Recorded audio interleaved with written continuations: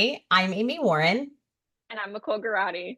and this is the next episode of 9 to 5 Nightmares. So, hey, Micole, how are you? I'm doing well. How about you? Good. I don't know why it feels like a long time since we've last done this, but it's only been a week or two. But so much has happened in those last 2 weeks. Maybe it just feels like an Yes. eternity. And instead of talking about all of the misconduct allegations that are going on with political appointments and all that kind of stuff, we're going to skip that. And instead, today, we're going to talk about what's going on in some specific industries. So we've gotten some updated stats. So I think why don't we start with attorneys and what attorneys are facing right now? So this is stats that have just come out within the last month. So Micole, what are they saying? Yeah. This actually goes in line too with the launch of our new, renaming of our new flag trolling. With 1 in 4 lawyers are now saying that they've experienced bullying at work, which is really sad. That's really high. Yeah, and you know what the thing is, it's really interesting. And so this was a survey that was conducted of 6,000 attorneys in Illinois. And what they found out was almost 40% of the female attorneys encountered bullying. Yeah. So, to your point, we've just kind of updated our flags where we used to have a harassment flag, but we didn't feel like that adequately um Yeah. represented what we were reporting in that flag. And what we're really reporting was online harassment, like trolling and things like that. Right. That Yeah. specific type of harassment. So now it's a little bit more clear on our reports. But, it's incredible that female attorneys are experiencing that at 40%, where their male counterparts are experiencing it at 15%. So, my comment to every male attorney out there is to understand that stat that your experience of the workplace is very different than your Yeah. female counterparts' experience of the workplace. Yeah. And you know what? 100%. And the interesting part too is that there was like a generational piece of this too. Across the board, male or female, lawyers who were 25 to 35, 40% experienced bullying. Isn't that Yep. incredible? Yeah. You know what? It's so interesting with I have lately been like the more I interact with workers in older generations, I'm hearing a lot more about complaints about age discrimination. And age discrimination starts when you're at 40. Like that's the legal definition and starting place. But it was interesting that only 12% of lawyers surveyed that were between 66 and 75 experience bullying, which means that it's a much younger crowd, much younger segment of the population being bullied. So I wonder if it's just Oh, I think it's totally power structures. Totally power structures, because your right, attorneys who are in the older cohort are going right, to be the owners and the heads of the firms, and the younger lawyers are going to be the junior partners. So there right. definitely is a dynamic. We have a saying in our house, the man with the money makes the rules, right? And we actually specifically gender it. And I think this If is the kind shoe of a case fits, of that. Right. yeah, if the Exactly. shoe fits. Like So, statistically, there aren't as many female partners at law firms as there are men. They're the ones that are, they're not that old because that's not the demographic that was allowed to be lawyers, that was socially accepted to be lawyers yeah, at that time. And so, yeah, over the and next 20 years, I think as the power yeah, structure a hundred changed percent. by who's in charge, my Yeah, hope is we see some of this change versus the more junior people take on the behaviors of their predecessors.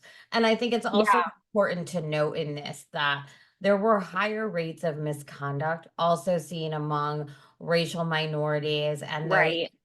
identified as LBTQ plus. Sorry, I'm tongue tied. Which, Yeah. I mean, that unfortunately doesn't surprise me either. I mean, if you're going to have a No, cohort right.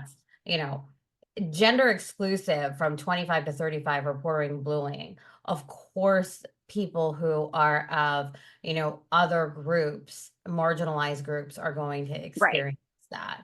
too. And these segments of the population have his, like you said, they've been historically marginalized against. Those are the segments of the population that are already more likely to experience bullying, harassment, discrimination, and they're also, especially like looking at Black women, they're now the most educated segment of the population, and so they're now becoming lawyers for like the not the first time, because it's been a growing trend, but 20 years ago there wasn't as many Black lawyers, there weren't as many women lawyers, and so now that those segments of the population are significantly increasing education, they're now allowed to get jobs that they weren't able to hold before. They're now breaking barriers for the first time that they've never been able to do. And then they're entering really structured, long-standing workplaces, and then they're being harassed and bullied and discriminated against, and at higher rates than everybody else. And so it's sad, but we can also do something about it. Like, we don't have to, moving forward, like, we don't have to let that same toxic workplace culture continue. And I think that with Gen Z coming in and breaking those norms, I think we're going to see that changing quickly, which is nice. I'm looking forward to that. I also think too, that the report recommended a number of policies that Yeah. can also help to impact these numbers. Yeah. And I think that's important because there's, recommendations on if you want to do something to change this, you can. So some of the policies, of course, is, increasing workplace training, but also education in law school and new courtroom Yes. standards.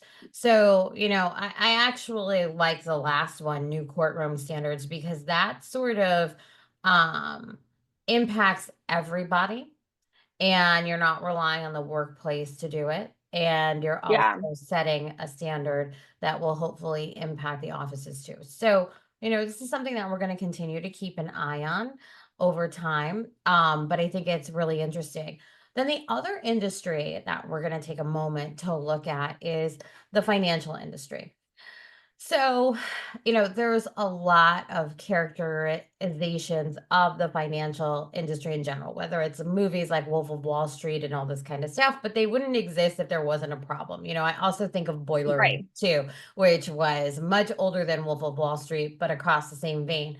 So, what's coming out right now, which is very interesting, is that from 2021 to 2023, bullying, harassment, and discrimination now accounts for half of all of the misconduct allegations in the financial industry. It used to be that there were more allegations of non-financial misconduct, but now it's shot up by 72%. So one of the things that I ask myself is when I see something like this, is this just really a function of more reporting, that this was always there, but now people are reporting it more? Or has it I actually think it's a little increased? different. Yeah, so I actually think it's a little different because, and this is something that we talked about in our state of misconduct at work research. So during this time, 2020 to 2021 was work from home. And the past 2023 was a big year for return to the office. And a lot of these misconduct issues like harassment, bullying, discrimination are shot up from 9% to 11% just between 2022 and 2023.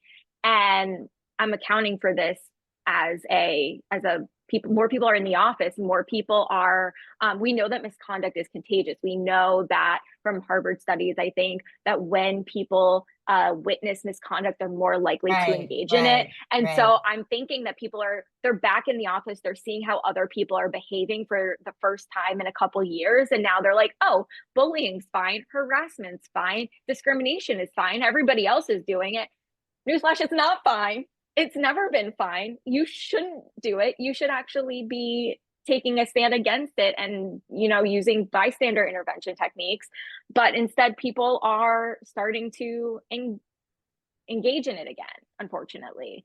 Um, Yeah. So I so think, that's a really interesting point. I think that there's two great points that you made. Was first was the increase due to work at home and COVID. Like, I definitely yeah, think across the board, we're seeing instances of misconduct because people have returned to work. And, it's not something that's really talked about at all in terms no, of reasons to have a work from home policy versus a work in the office. Like, it actually decreases your liability when it right. comes to workplace misconduct. And then I think the other study, and we don't spend enough time on this, that um, when you are part of, and by definition part of, not necessarily engaging in, but the culture that you work in is a culture of misconduct breeds Yeah, misconduct.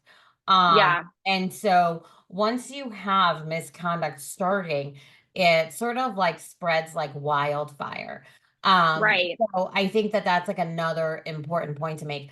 One thing interesting to watch here over time is the SEC is also getting involved in a lot of this stuff. And as it more They relates are. to what we're doing in our neck of the world, which is online bullying and trolling and things like that, um, they're more interested in now starting to screen for that and to Yeah, potentially in the future include some policies around people's online behavior as it relates to the financial industry. So we are definitely watching this very closely in terms of just what's going on in all industries in general. And then more importantly, what's going on in the financial industry, because they tend to be laggards behind everybody else in terms of adopting policies and things like that. So yeah, we'll just have to wait and see how it goes. So anything else, Micole, that we have coming up through the end of the year that is interesting? We've got our latest post coming up on misconduct in the news, which will be out in what, another week from now, I think it is. yep, So get ready to see the latest headlines there. We also have our FAMA newsletter coming out. So if you're not a subscriber, head over to fama.io and go down to the subscribe box and subscribe, because that's where we include all of our monthly misconduct in the news articles, or actually bi-monthly now that we're doing it, because yes, just so much of it that we're now yeah, putting out twice a month. yep. So it's great to see everybody. Thank you so much. Again, I'm Amy Warren, I'm Micole Garatti, and we and talk this about is workplace misconduct, so you don't experience it. that's right. And this is 9 to 5 Nightmares. Thanks, everybody. Bye.